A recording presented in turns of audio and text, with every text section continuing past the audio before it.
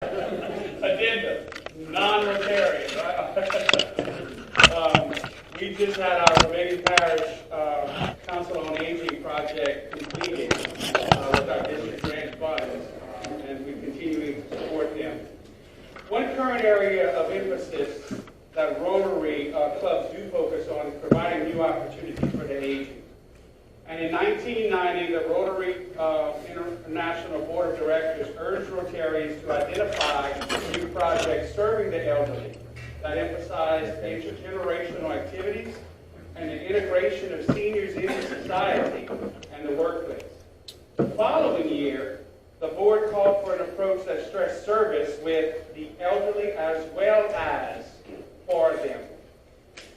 With a substantial upswing in the worldwide population of older persons, their needs for special attention have greatly multiplied, and as citizens grow older, it becomes increasingly important for them to retain their personal independence and to remain in control of their own lives to the extent this is possible. Many Rotary clubs are seeking ways to service the older persons of their community who face problems of deteriorating health, loneliness, poor nutrition, transportation difficulties, inability to do customary chores, loss of family associations, reduced recreational opportunities, inadequate housing, and limited information about available social agencies for emergency assistance. Some clubs have initiated a valuable community service to assist older persons in retirement planning and adjustment by organizing and sharing the wealth of information available within the club's membership. Other clubs have developed foster grandparent programs and other intergenerational activities that allow seniors to use their experience and knowledge to help young people. Rotarians often can provide services which seniors can no longer do for themselves. And the greatest need of aging individuals is frequently a mere expression of real caring and concern by thoughtful friends. All Rotarians should seriously consider how they and their clubs may actively participate in programs for the aging. It is one area of community service in which there is a growing possibility that each of us may someday be on the receiving end. So I want to thank you for continued focus on our elderly with the district project this year as we continue to move that forward this year and beyond. We as this Rotary Club is fantastic. And I mean, when you're looking at all the focuses of Rotary in general, this Rotary Club touches just about every single one of those focuses. I appreciate that, and we keep that in mind. And one of our things is it fair to our concerns? We always look back at that trust. I'm going to pass around the first sign-up sheet is for next week's meeting. Good to see some familiar faces in the crowd. Welcome, guys. Next week's meeting is not here. It is at 6 p.m. So Wednesday evening, February 10th. It's our state night. This will be at Palmetto State Park at the meeting room. So at 6 p.m. We're going to get there a bit earlier, right, Rob? Because we got to start preparing and cooking and getting ready. But we expect everybody to arrive around 6 p.m. And we'll be out of there, I'm sure, between 8 and 9 o'clock. But I will sign up a sign-up sheet. Please, if you are attending or bringing a guest, indicate that. We want to make sure we have enough steaks. The splash pad is open. What's that? The splash pad is splash open. Pad is open? They had kids there last week. Bring your rubber ducky. Bring your bathing suit if you dare. There you go. There you go. Can't do it. So please, we'll get this sign-up sheet. I sent out an email this morning to all the Rotarians. For those who have not had the opportunity to do the sheet, I will do another pass so we can get a hard number by Friday for the number for the food that we're going to need. I'm going to pass out a second sign-up sheet. This sign-up sheet is in relation to our St. Pat's Foundry for a Cause annual event. One of the biggest, we stressed that last week's, was last week the breakfast? Yeah. Wow, it seems like that was a long time ago. I've been through a lot this weekend. But last week we talked about the importance of auction items, both live auction, silent auction items, and the biggest contribution that you can make as an individual Rotarian is to help and collect and provide auction items. We're working hard and diligently on getting sponsor tables and all the other items necessary for that, but auction items really leads our fundraising and really is extremely important. If you can't do an auction item, write a dollar amount, and we'll be glad to bill you on your quarterly bill. We will take those funds and create auction items if need be. So that would be the way you want to contribute. Also, another way is attending and assisting that evening, where it will be at the Delco Strip Festival. It was there last year, ran very, very well. Again, we raised nearly $30,000 last year in the middle of COVID. So what we can do this year and for our cause is going to be phenomenal. The cause this year, to remind everybody, is partnering with St. Mary Magdalene and the Christian Service Center, and to get our Women's Resource Center up and running here in Abigail. It's not just a Women's Resource Center, it's a resource center for those raising children independently and needing assistance in our community.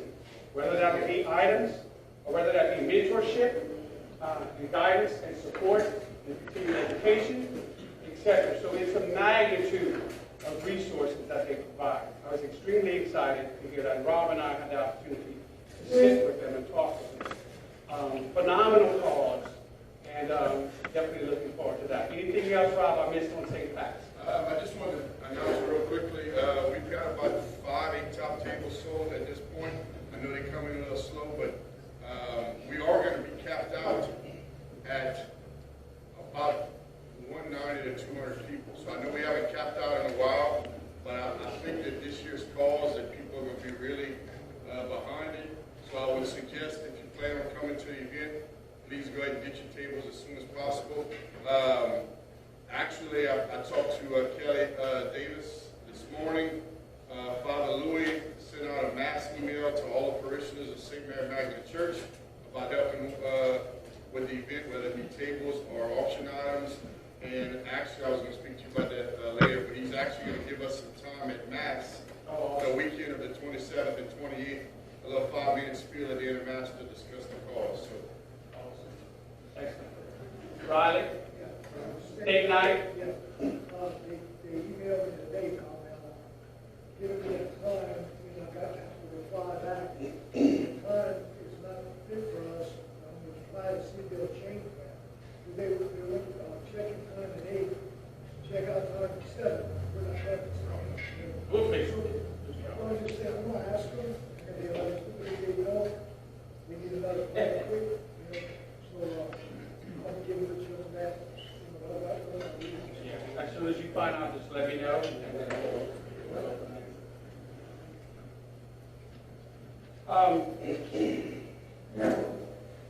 Okay.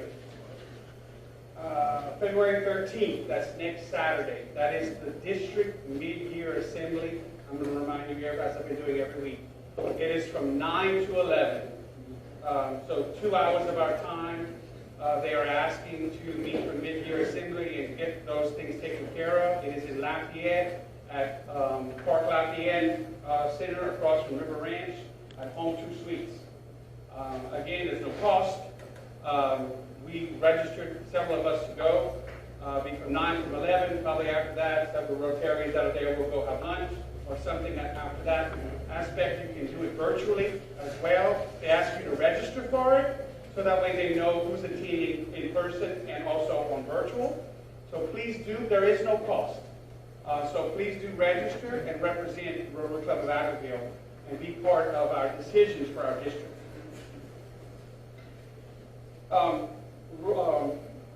Rotary Leadership Institute. I was asked by the district for next year to lead this institute for our district, and we're starting this year. So February 23rd, it's Rotary Leadership Institute. It's to educate our leaders within our organization and within our clubs to prepare them for readiness in moving forward their individual Rotary clubs. So like for those who wanting to move forward into officers or roles, secretary, treasurer, president, whatever that may be, club administrative roles, we recommend that you attend. And we have not yet come on a figure, but the board will need to decide. We would probably cover that that fee for a certain number of people to be able to attend. So if you are interested, I have a recommendation that I want to reach out to a few people, but if you are interested in attending, it is a Zoom meeting, and it is February 23rd and March the 2nd. It's from 6 p.m. to 7:30 p.m. in the evening. And it's a fee to attend both of those, but I tell you, you will learn about leadership, you will learn about Rotary, and it will prepare to move forward in our Rotary organization. February 24th, remember those of you who knew that the governor was coming on February 24th, that has changed, so scratch that date if you have not done so already. The governor is visiting on March the 24th. We'll be here at the noon meeting. So Power of the Satchel, Gavlin from our Remain After Hours Club is taking responsibility of getting that together, and she will be here and she will have a presentation for us. And also there will be an auction for the satchel that will be coming from the prior Rotary Club she attended. This is what I like to recommend. We're trying to raise as much funds for our foundation, no doubt, and it's been a challenge this year with COVID. But when she comes, I don't know where she's coming from, I have to look, but I don't know what the satchel will look like or what it would contain. But if it is something of interest, I would recommend maybe a group of you get together and drive up that auction cost and share those items in that. So think that's a possibility, rather than individual persons auctioning or bidding on the item. Try and get a group together. We can possibly get a higher fundraising event. Shirts. I'm going to go quickly because we have these shirts here available. They're red shirts. It's a mistake. Not really, because everything happens for a reason. But these are red shirts that Roy actually has assisted ordering for Abigail Electric. And she ordered them, and they came in with Rotary. They came in with Rotary symbols. And on it has our Rotary symbol. It says Rotary. It says Club of Abbeville. It says People of Action since 1936. So pretty cool. We never had a shirt like this. So these shirts normally go for $30. It's the Port Authority shirt. Really nice shirt. Because it's a mistake, we're selling them for $10. So if you're interested in the shirt, all we have is medium and large. Unfortunately, everybody else grabbed them at the last meeting. But if you're interested, please go ahead and see us for those shirts. Okay? And the last thing I want to let you guys know, make sure that the sign-up sheet has gotten to your table if it hasn't. We have submitted the What I Want to Be and Why information to the schools. Madeline has submitted that to our schools. And there is a deadline for them to turn in their videos and submissions for our scholarship of April the 9th at 4:30 p.m. Madeline, you have anything? I just have one thing to add. Whenever I post it on Facebook and you would like to share that with your wall or your friends, you also have to add a description. Because if you just simply share it, it's just going to show the logo for Rotary. It won't say that it's the $2,000 scholarship for Abbeville Rotary. So please add that in as the $2,000 Abbeville Rotary Club scholarship for Vermilion Parish students. All right, thank you, Madeline. All right, before we get to our main presentation, we have Pastor August.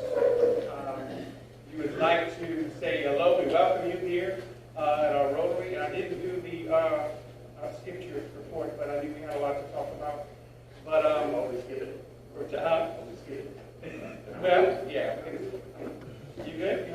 want to say? What's the food day? Food day is carrot cake day. Carrot cake. Mention some carrot cake. Well, why is it? This should be king cake day. Yes. Because, yeah. It's national. So, It's national. They don't recognize we want to take a few minutes to introduce yourself. Sure. And talk to them. You can come up if you like. Okay, thank you. Thank you for being here. Anybody else with guests? I have my client's wife, Miss Alice Garcia. How you doing?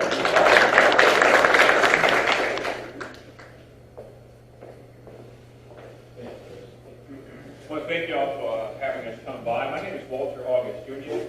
I happen to pastor a church in Houston, Texas, but I'm an Adventist. I graduated from Adventist High in 1977, and from there I went to Marine Corps, and Houston has been my home for the most part of the last 40 plus years. But over the last 9 years, we've been working in Abbeville through the schools with a program called the Pathway to Success program. And over the last 9 years, we've pumped in about $500,000 with programs for the kids, camp, taking them out of Abbeville, taking them to Texas, and giving them some experiences. And then a couple years ago, the old James A. Harris School went out to bid through the police bureau. And I threw a bid on the table. And last December, it was awarded to us after the first bidders could not raise the funds to pay for it. Long story short, we're in a campaign to transform that whole east end of Abbeville. I went to that school for 5 years, back from 1966 to 1970 when the school was integrated. And my heart has always been into helping those young people and those families in a good way. We partnered with the first Type 2 charter school for Vermilion Parish. They just got their certification from the state back in December, Williams Scholar Academy, that Ms. Chris Jones is also on that board. And so we're planning on building a 65,000 square foot facility, brand new, on that location and on that site to bring back academia. When I did the homework and looked at James A. Harris, the actual namesake of the school, he was actually sent to Louisiana from Tennessee by the American Missionary Society. So a Christian group sent James A. Harris to New Orleans, and back then it was called Straight College. Today that's Dillon University in New Orleans. Got his degree, came to Vermilion Parish, and with the pastored St. Mary's congregation. And out of that pastoralship, he and his wife, he married a girl from Abbeville. And they started educating the African American kids. And he's known as the father of education for the African American kids.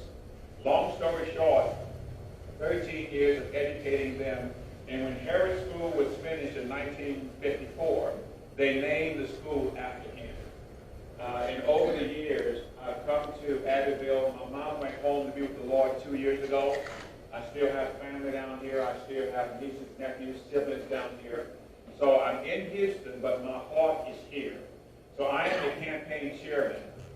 We are actually driving to raise $10 million to do something that has never been done in my lifetime to help the people in that region, in the whole city of Abbeville, in the parish, to begin to do something that could change the outlook for so many students.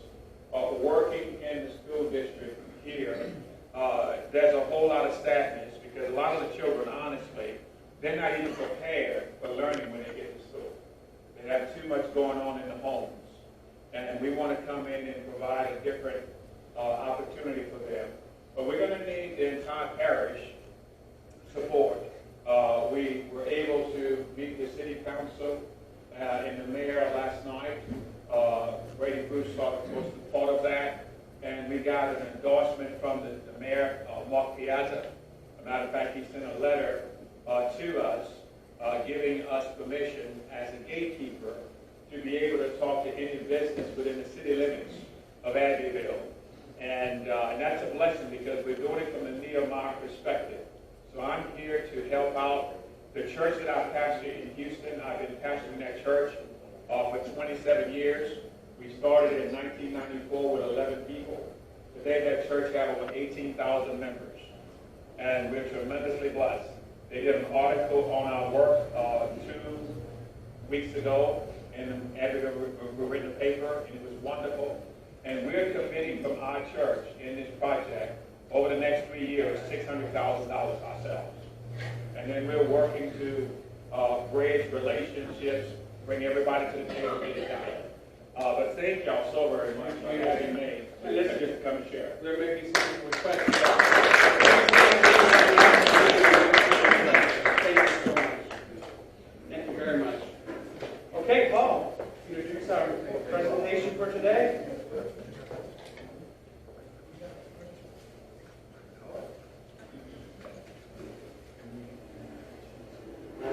Good afternoon, everybody. Good afternoon. Is everybody awake? Yeah. Or did we have too much king cake? All right. It's my great pleasure today. In fact, my sweet tooth has already been,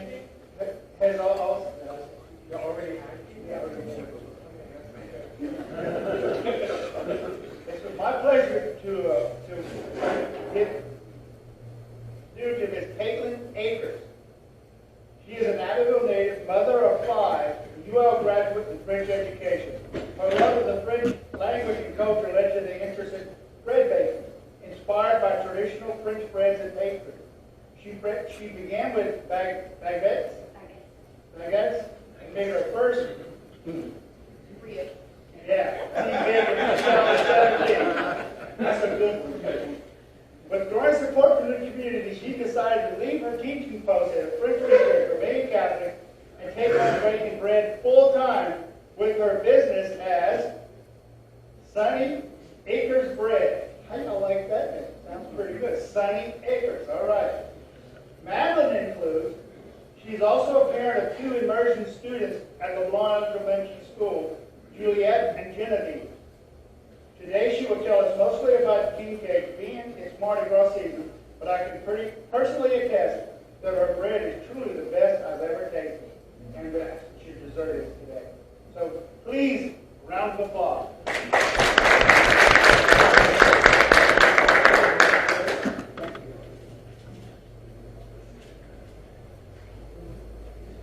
Hello. Thank y'all so much for having me. This is so much fun. I love to talk about bread. I'm going to have to try to stick to my time window because I can get off whenever I start talking about bread. But I would have loved to have done a kind of presentation where y'all could actually make a king cake, but the nature of good bread is that it takes time. Bread that is made in an hour is not going to have the kind of flavor that bread deserves. So we'll have to just settle for an informational presentation just about king cakes, a little bit of history, and how I make mine. Real quick, just a little bit of Meet the Baker. I just wanted to say real quick, you heard a lot in my little intro, but my love of bread began from my love of French. My family, I'm from here, I was born in Abbeville, but my family moved to Florida whenever I was 10, and I was living there all the way through high school. So I missed my culture. I realized when I was gone that I appreciated it, and I started with the French language, and that led me to bread. And I was making this bread recipe, a brioche, and 3 or 4 years ago, I just said, you know what, I'm just going to try to use this recipe that I have and make a king cake with it.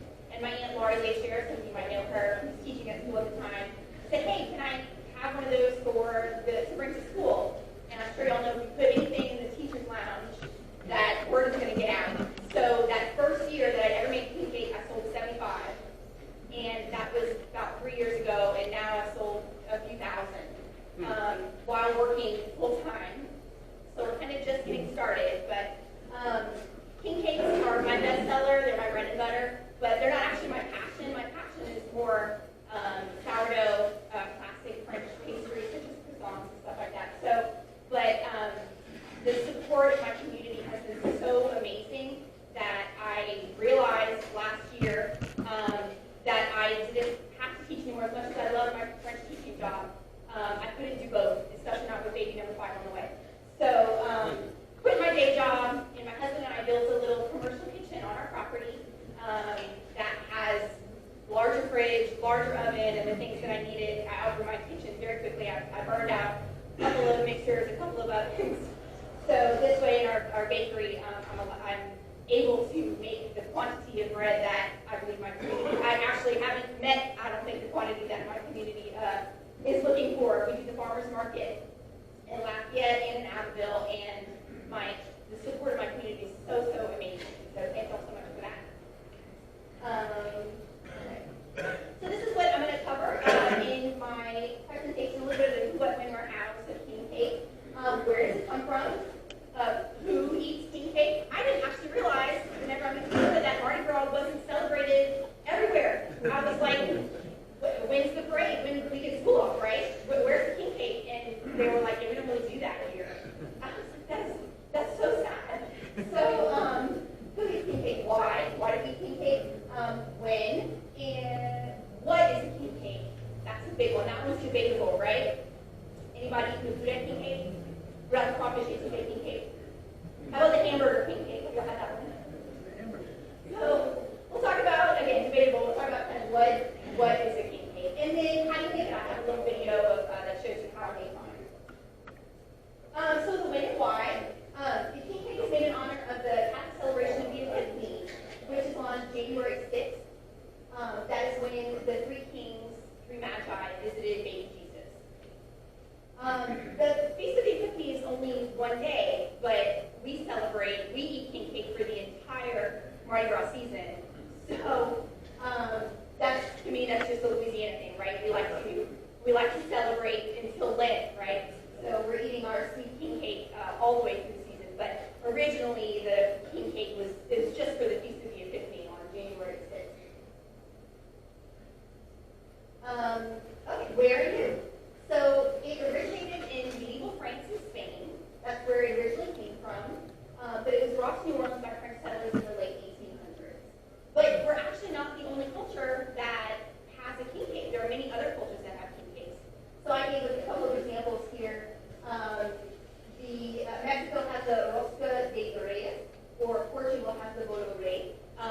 They all have king in their name, right? So rey and reyes is the word for king in those languages.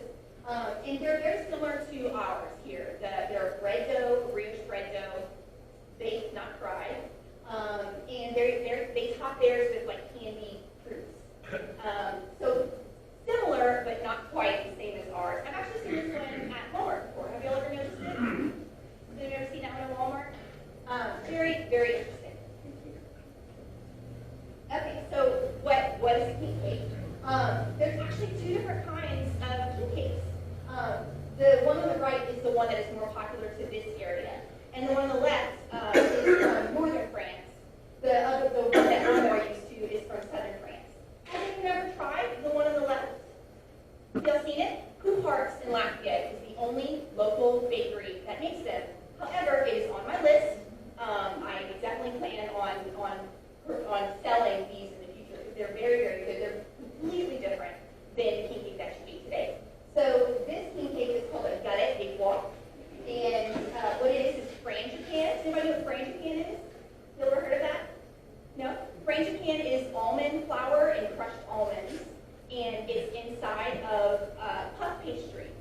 So you can make it fairly easily at home, buying your own puff pastries. Of course, I don't want to buy puff pastry. I want to make it on my own. So that's on my to-do list for sure.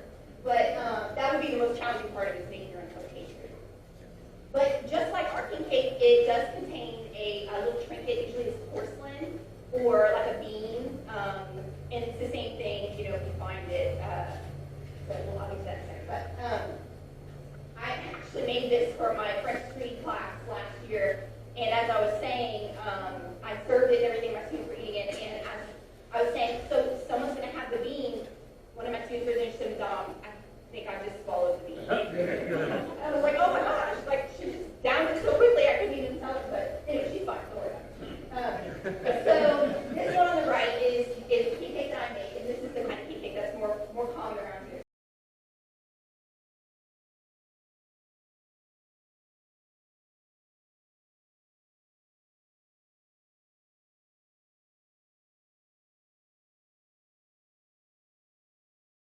this time of year, somebody makes anything and shapes in a circle and calls it a king cake. But it always has to be shaped in a circle. Typically they're filled with cinnamon or fruit or cream. And then you have the frosting baby inside. Okay, so how do you make it? I'm just focusing on the brioche king cake for today. So there are many, many different recipes that you can find online. I'm not giving you my exact recipe because then I have to tell you, but pretty much any time you look online for a king cake recipe, these ingredients are going to be included in different quantities. So you always have bread flour. You want a strong flour, right? So make sure it says bread on the back. Milk, eggs, yeast, salt, sugar. It's a little bit of sweet dough. And the most important ingredient is butter. If you find a recipe that calls for oil or Crisco or something like that, throw it out. It's not a good recipe, right? You want butter, and preferably really good butter. So I actually use Kerrygold European butter in my king cake in fairly large quantities. Right? Because it makes it so soft, and it also makes it last longer, right? It's going to stay fresh for longer. So this kind of bread dough has a very, very long mix. It's very hard to do by hand. So I have killed several mixers trying to make large quantities of brioche dough, burned up the motor. Because it mixes for a very long time. What that does is it develops the gluten, and you mix it until you get to what's called the gluten window pane test. And if you pull out a little chunk of dough and you stretch it like this, you want to be able to see the light through the dough without it ripping, right? So if you stretch it and it rips immediately, then your gluten's not developed enough, so you have to mix it longer. I mixed this dough for probably about, I mixed it in very large quantities, but at least 20 minutes, right? So you definitely want an electric mixer for this kind of dough. But what it's going to do, that dough development, that gluten development, is going to make it stretchy, right, and soft. And it makes the dough a lot more beautiful. So this is a little bit of the process. First thing you do is roll out your dough. I like to do a twist. So I have two pieces of dough, and I fill both of them in our system around one another. You could do a braid. I love the braid look, but it takes longer. It's a third piece of dough, and it already takes me a very long time to roll it out. Or you can just do one very large piece of dough, roll it up, and just round it out like that. But I like to do it like this for a couple of reasons. I find that if you have two twists, then you have more filling in each bite, right? And I don't like to overfill mine. I like to put, to me, I want the bread to be the star of my, it's Sunny Acres bread, right? So, not Sunny Acres sweets. So, I like the bread to be the star of mine. So I don't find anyway